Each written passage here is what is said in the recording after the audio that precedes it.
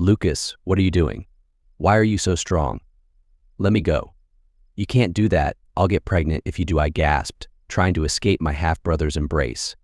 Panic and helplessness enveloped me as my body was held so tightly that I couldn't resist. "You can't do that, Lucas. Do you know that I'll get pregnant if you continue?" My pleas echoed in the small space, but didn't seem to reach him. His eyes, his unusual strength, and what was happening were completely beyond my control. It all started when my father passed away early, when I was just a little girl. The pain of loss was still there, but my mother did not want to continue living alone. After many years of suffering, she decided to remarry an older man.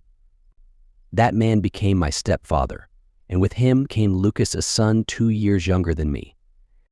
Hello everyone, my name is Mia. I am 20 years old and have just graduated from high school.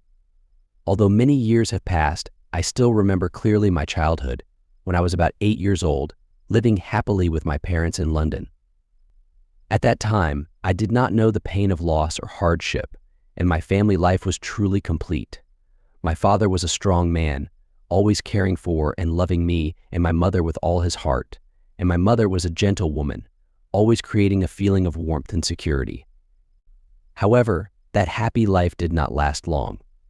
A terrible event happened when my father unfortunately had an accident and suddenly passed away. That day was like a nightmare. All the joy and stability in my life seemed to collapse in an instant. Losing my father, my mother and I were immersed in pain and despair. I was too young to understand what was happening, but I knew my mother suffered more than anyone else.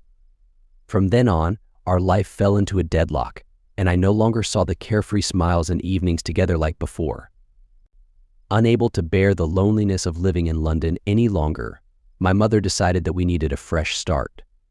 So we moved to Nottingham, a completely foreign city, in the hope that moving away from a place filled with painful memories might help us start over. Life in Nottingham was far from what I was used to, but at least I had my mother by my side.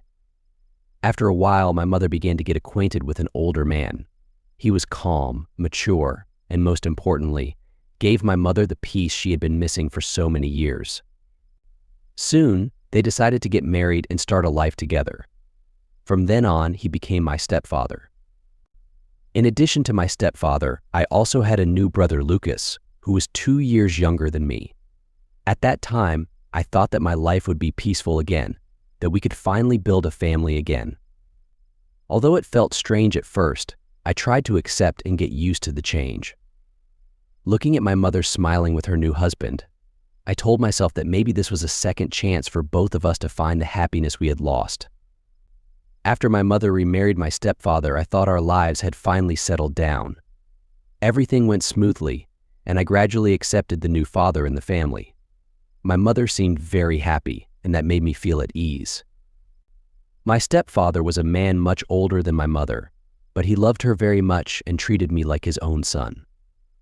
Lucas, my stepfather's son, was 2 years younger than me. At first, it was a bit strange to live with a non-blood brother, but we gradually became as close as real brothers.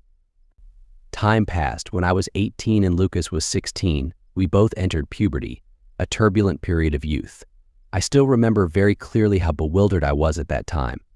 The changes in my body, my emotions, and my desire to learn about the world around me began to become more evident than ever. I was in my final year of high school, preparing for important exams and facing great pressure from school. Meanwhile, Lucas was only in grade 10, still had a few more years for him to face the challenges of school. My parents, because of their business and property management, often had to travel between Nottingham and London to check on the condition of their garden land. This meant that they were away from home quite often, sometimes for a few days, but sometimes for up to a week. At first, I didn't think much of it. Despite their absence, Lucas and I continued to live a normal life. We stayed home, studied, cooked, and watched TV together like any other family. But what I didn't foresee was that during that time, when Lucas and I were both going through the huge physiological changes of puberty, there were inevitable things that gradually arose. I was unconsciously aware of the sensitive situation we were living in. In fact, I never thought that sharing a house with my younger brother, a person not related by blood, could bring any risks. I completely trusted in family affection and never thought that anything unusual would happen between us. Therefore, I am very comfortable in the way I dress. When I am at home, I often wear comfortable clothes, even revealing clothes, such as short nightgowns, tank tops, or sometimes just a thin t-shirt without underwear inside. For me, it is just a habit to feel more comfortable at home, especially when my parents are not at home. I do not think that it can affect Lucas, because to me, he is just a small, gentle younger brother. However, I did not think that Lucas was going through puberty. He was no longer the little boy I thought, but was becoming a young man with the desires and curiosities of adolescence. Lucas had begun to notice me, no longer simply seeing me as an older sister, but seemed to have other thoughts that I could not see. We spent evenings lying on the sofa watching TV, sometimes action movies, sometimes romance. But one time I remember very clearly was when we were watching a movie and there was a hot scene between the two main characters. I didn't pay much attention to that scene because I was used to movies with similar content, but I began to realize that Lucas seemed uncomfortable. He curled up, his face was red, his eyes avoided looking straight at the screen. I just smiled slightly, thinking that Lucas was embarrassed by that hot scene and didn't think much of it. Suddenly, she stood up and pressed down on me. I panicked, feeling the cold wind blow across my skin as my small body was locked under hers. The whole world seemed to turn upside down. She started doing the actions we had just seen in the video, actions that I never thought I would have to face in this situation, especially with my younger brother. For a moment, everything became blurry. I shouted, "Let go of me." "What are you doing? You can't do that. I'll get pregnant," but she didn't stop, as if she was caught in a trance. Even though my brother was 2 years younger than me, he was much taller and stronger than me. I tried to resist, but couldn't get out. My body was locked, unable to move under her unexpected strength. Horror flooded through me. It was the first time in my life that I had experienced such a violent and unwanted touching. I could feel the pain as everything happened so quickly and unexpectedly. My brother had forced himself on me so violently, leaving me no chance to resist or say anything else. We were naked, and that only made the situation more terrifying. Every gesture, every movement of hers was strong and uncompromising. I was forced to endure both physical and mental pain. I was no longer her sister in that moment, but just a woman being trampled, destroyed by the very brother I once protected and loved. I could feel the pain, the helplessness in every second she continued to act, as if everything had been programmed from what she had just seen in the movie. I wanted to escape, to scream louder, but my voice was choked, only weak moans came out. I couldn't believe this was happening, but my body said it more clearly than any words. The thrusts, the collisions, all of it only made the pain inside me grow stronger, both physically and mentally. The pain I felt was not only from his strong actions, but also from the fact that this was my younger brother, the person I had always trusted, always considered the closest person in the family. How could things turn out like this? I never thought that this could happen in my life, even less that it would come from my own family, from my little brother whom I had once loved.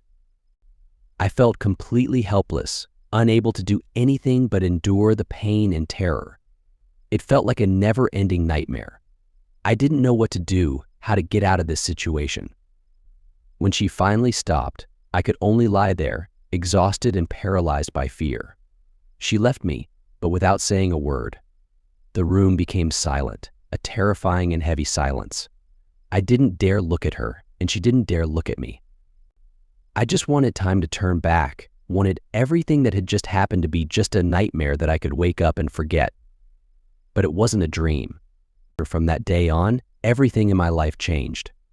The relationship between my brother and I was no longer the same. The closeness and trust between us was gone, replaced by awkwardness and distance. I couldn't share this with anyone, couldn't face the fact that I had been abused by my own brother. But the pain and horror were still there. Every time I thought about it, like a wound that would never heal.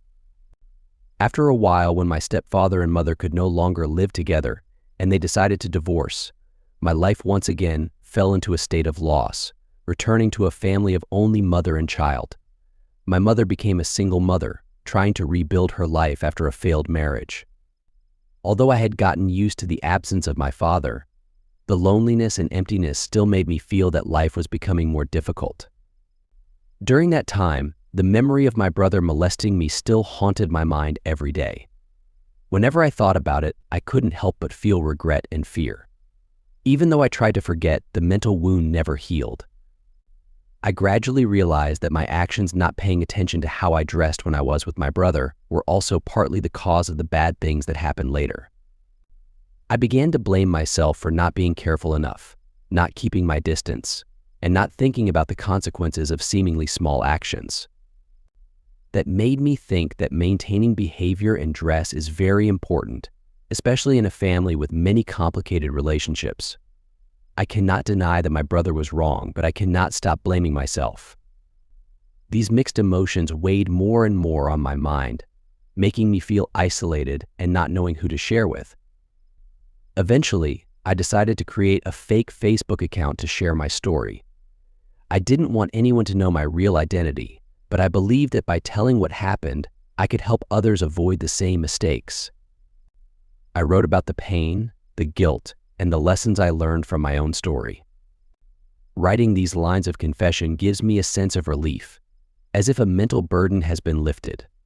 I don't expect sympathy from everyone, but I hope my story will be a warning, helping someone avoid the mistakes that my brother and I went through. What I want most is for no one else to suffer the same pain. My story is not just a confession, but also a lesson in always being aware of behavior and being careful in all situations.